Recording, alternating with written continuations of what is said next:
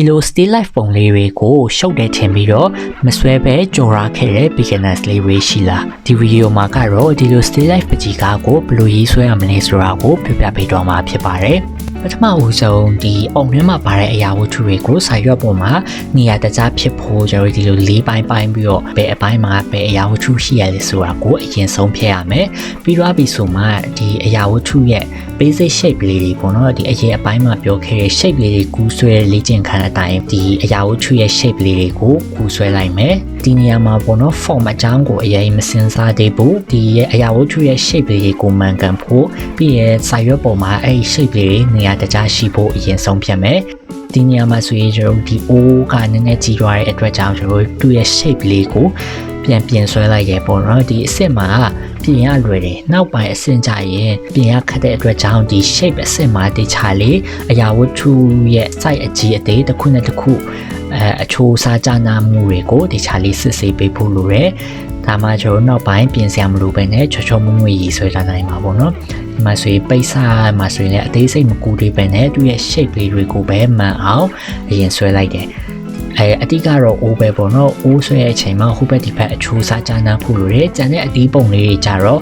ဒီ shape လေးကိုမှန်အောင်ကူးဆွဲနိုင်ရင်ရပြီအရင်တိကျစရာမလိုပေါ့နော်ဒါပေမဲ့ size လေးတော့တစ်ခုတတိထားမှာပေါ့နော် size အကြီးအသေးညာလေးတတိထားရမယ်အဲဒီလို basic shape လေးကိုယာထားလို့ပြီးဆိုရင်တပြင်လုံးကိုဒီလိုခဲဖြတ်လေးနဲ့ဖြတ်ပြီးတော့အပေါ်ကနေအချောဆွဲမယ်ပေါ့နော်ဒီ line အချောဆွဲတဲ့အချိန်မှာလည်းမြင်းအမြဲတကြောင်ကြီးဖြစ်เสียမလို့ပေါ့နော်နည်းနည်းလေးရှုပ်နေလေရတယ်အဓိကတော့ကျွန်တော်တို့ဆွဲလိုက်တဲ့မြင်းတိုင်းမှာရည်ရွယ်ချက်ရှိနေတဲ့ရွေးမြင်းအရေးမရှုပ်ဘူးဆိုရင်အဆင်ပြေရပေါ့နော်မြင်းတကြောင်နဲ့ဖြစ်เสียမလို့အောက် line ဆိုပေမဲ့လေအဓိကတော့ဒီ O လေးပေါ့နော် O မှာဆိုရင်လည်းဟိုဘက်ဒီဘက်အချိုးစားကြဖို့လိုတယ်ခောက်ချိုးညီဖို့လိုတယ်ပြီးရင်ဒီ O ပေါ်မှာ control line လေးတွေဆွဲထားတာတွေ့ရပေါ့နော်အဲ့အားကကြတော့ထုံးချဲတဲ့အချိန်မှာပို့ပြီးတော့လွယ်ကူအောင်လို့ဒီတိုင်းဖြည့်တာပေါ့ form လေးကိုမြင်တတ်အောင်လေ့ကျင့်တဲ့အနေနဲ့လည်းအဲ့လိုဆွဲလိုက်တာပေါ့နော်အရာဝတ္ထုပေါ်မှာအဲ့လို cross control line လေးတွေကိုဖြည့်ကျင့်မယ်ဆိုရင်နောက်ပိုင်းစိတ်ကူးထဲကနေဆွဲတဲ့အချိန်မှာဆိုရင်လည်းပို့ပြီးတော့ကျွမ်းကျင်လာနိုင်တယ်ပေါ့နော်ဒါကြောင့်မလို့ကျွန်တော်တို့ဒီလို form အတွက်အရေးမပါသေးတဲ့ဒီ cross control line လေးတွေကိုလည်းကိုစိတ်ပါရင်တခြားလေးဆွဲကျင်တင်တယ်ပေါ့နော်ကဲဒီမှာဆိုရင်ကျွန်တော်တို့ဒီအတီးရဲ့ shape လေးတွေပြန်ပြီးတော့အချောတက်ဆွဲလိုက်တယ်ပြီးရင်ဓာတ်ပေါ့နော်ဓာတ်ရဲ့ပုံစံလေးတွေကိုလည်းမှန်ကန်အောင်ဆွဲလိုက်မယ်ဒီအစစ်မှာကလေးကပြင်စရာရှိတာတခါတည်းပြင်ပြီးတော့အချိုးစားတွေကိုစစ်ဆေးပေးသွားဖို့လိုတယ်ဒါမှကျွန်တော်တို့နောက်ပိုင်းထုံးဖြည့်တဲ့အခါမှာတကူကပြန်လာပြီးတော့ပြင်စရာမလိုပဲနဲ့ထုံးကိုလွတ်လပ်ချဲနိုင်မှာပေါ့ဟုတ်ရင်ထုံးချဲပြီးမှပြင်ရင်အဆင်မပြေတော့ကဲ outline ကိုကျွန်တော်စိတ်ကြည်နေတဲ့အထီးရာထားပြီးဆိုရင်ထုံးအောက်ခံတလွားကိုခြေထားလို့ရပြီပေါ့နော်ဒီထုံးအောက်ခံတလွားကိုခြေတဲ့အချိန်မှာဒီ 4B current လေးနဲ့ဒီ O ရဲ့ reflection လေးတွေကို view မဆိုင်သေးပဲနဲ့သူ့ရဲ့ form shadow ကိုပဲအရင်ခြေထားမယ် form shadow ဆိုတာကကြတော့အရင်သင်ခန်းစာကပြောခဲ့တဲ့ဒီအလင်းအမောင်အချမ်းရှိရပေါ့နော်အဲဒီမှာ form shadow ကအမောင်အချမ်းဖြစ်တဲ့ဒီအရေးအပိုင်းနေပေါ့နော်အဲ့အပိုင်းတွေကိုအရင်ဒီအလင်းကပဲဖက်ကနေလာတာလေပြီးအရာဝတ္ထုအပေါ်မှာဘယ်လိုတက်ရောက်မှုရှိရလဲဆိုတာကိုစဉ်းစားပြီးတော့ဖြည့်လိုက်မယ်ဓာတ်ပုံကနေကူးဆွဲရဆိုပေမဲ့လည်းအဲ့လိုလေ့လာထားမှ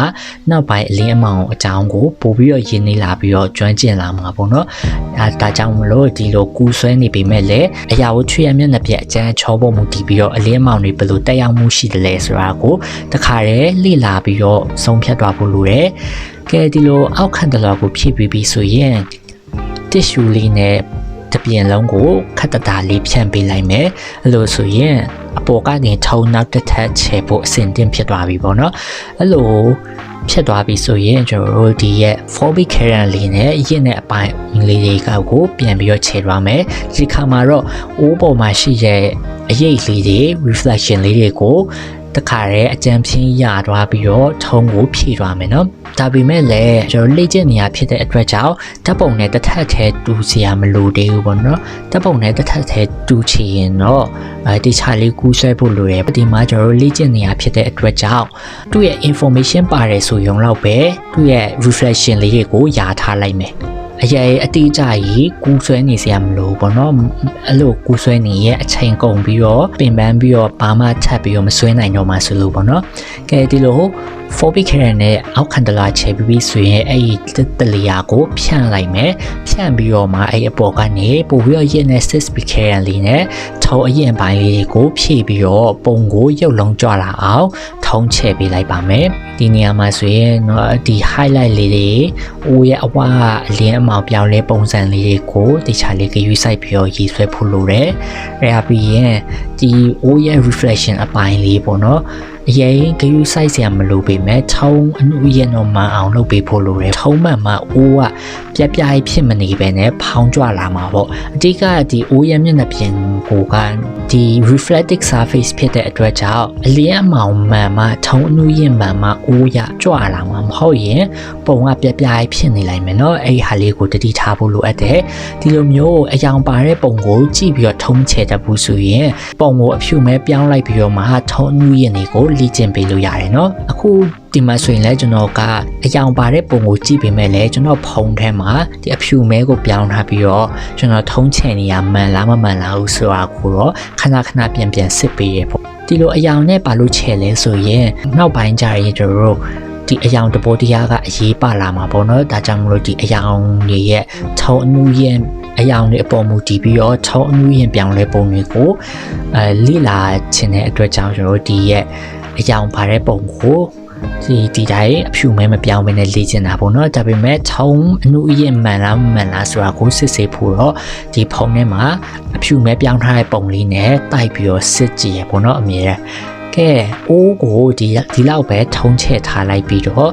ဒီအတီးအပိုင်းလေးကိုထုံးဆက်ဖြည့်မယ်ပေါ့ဒီအတီးကိုထုံးဖြည့်အချိန်မှာဆိုရင်လည်းအရင်ကဆက်လုံးထုံးဖြည့်တယ်လို့မျိုးပဲဒီခိုးရှယ်ရိုးကိုအရင်ရထားလိုက်မယ်ပြီးရင်အမောင်အချမ်းကိုထုံးဖြည့်မယ်ပြီးရင်ဒီမစ်ထုံးကိုထုံးဖြည့်လိုက်မယ်အတီးရဲ့ထုံးကိုဒီလိုပို့ပြီးတော့တဘာဝကျလာအောင်ဒ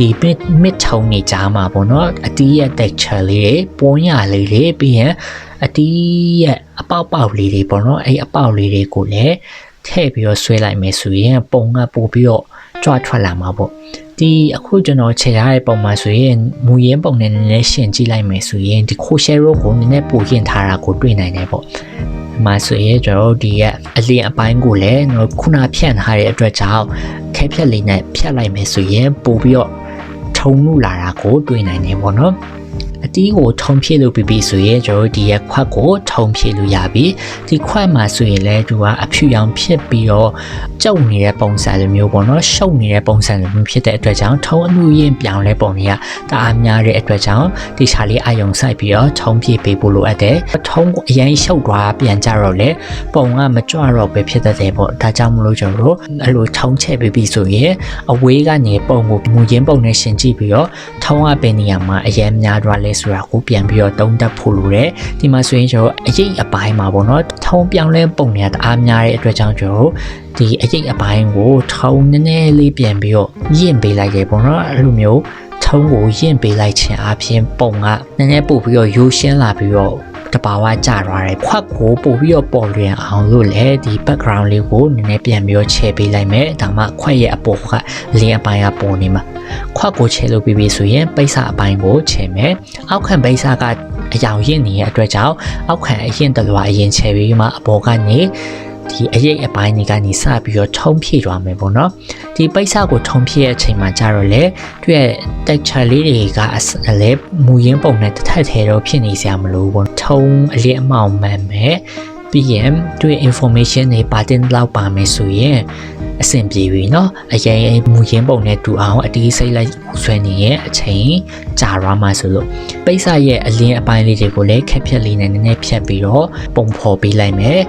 ဒါပေမဲ့ဒီပိတ်စမှာဆိုရင်လည်းနော်စောကပြောခဲ့တယ်လို့ပဲထုံပြောင်းလဲပုံတွေကတအားများတဲ့အတွက်ကြောင့်နည်းနည်းရိုးရှင်းရှင်းလေးဖြစ်အောင်အဝေးကနေတစ်ချက်ပြန်ပြီးတော့ပုံကိုစစ်ကြည့်ပြီးတော့မှမလိုအပ်တဲ့နေရာလေးတွေကိုထုံရှော့ပြလိုက်မယ်ပေါ့နော်ဒီပုံမှန်ဆိုရဲကျွန်တော်ဒ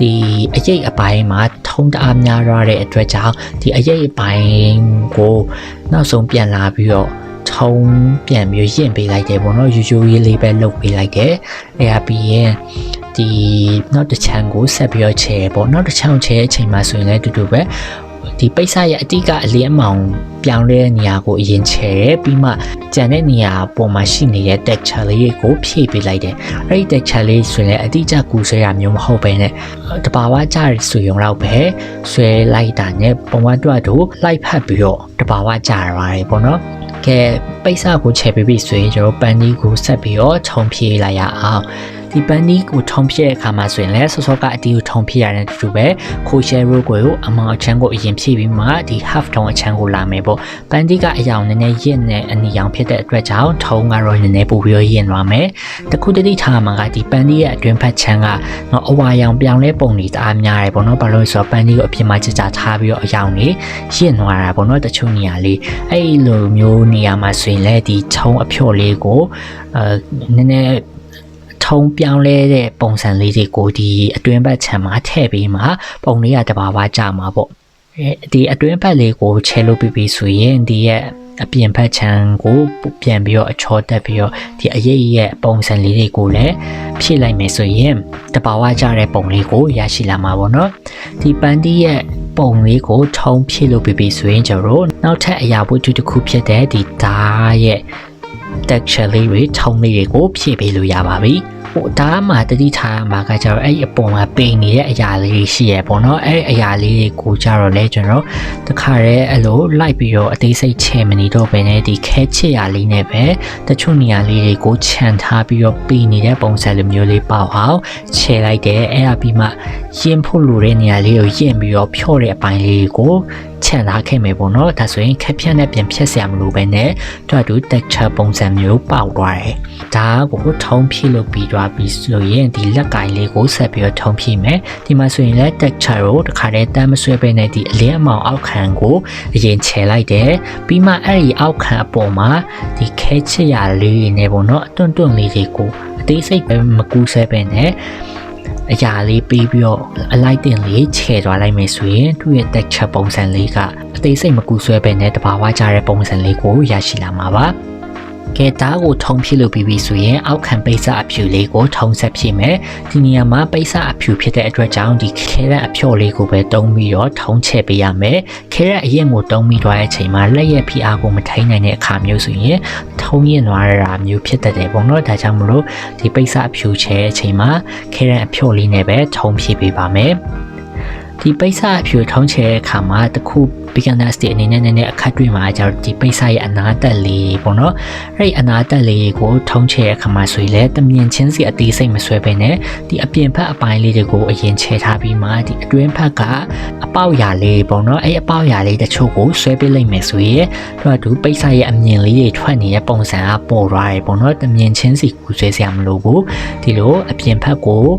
တွန့်တွန့်လေးတွေအရင်ရာထားလိုက်မယ်သူရဲ့ပုံစံလေးကိုရာထားပြီးပြီဆိုရင်ဒီအတွင်းဘက်ချမ်းမှာ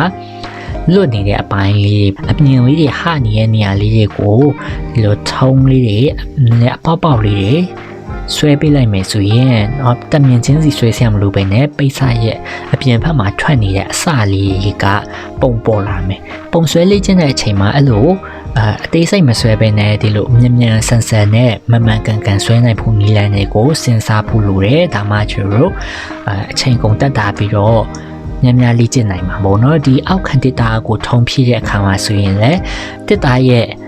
texture လေးတွေကိုတစ်ခုချင်းစီတမြင်ချင်းစီလိုက်ပြီးတော့ခြေစရာမလိုပဲနဲ့အောက်ခံကိုခြေပြီးတော့ဒီခဲချစ်တဲ့အကူအညီပေါ့နော်ခဲချစ်ရာလေးတွေနဲ့ဒီတစ်တာရဲ့texture ပုံစံကိုပုံဖော်ပေးသွားမယ်ဆိုရင်တော့မြန်မြန်ဆန်ဆန်နဲ့တစ်သားရဲ့ texture လေးတွေကိုရရှိလာမှာပေါ့နော်ဒီမှာဆိုရင်တစ်သားရဲ့ဒီဆေးစွန်းနေရာလေးတွေ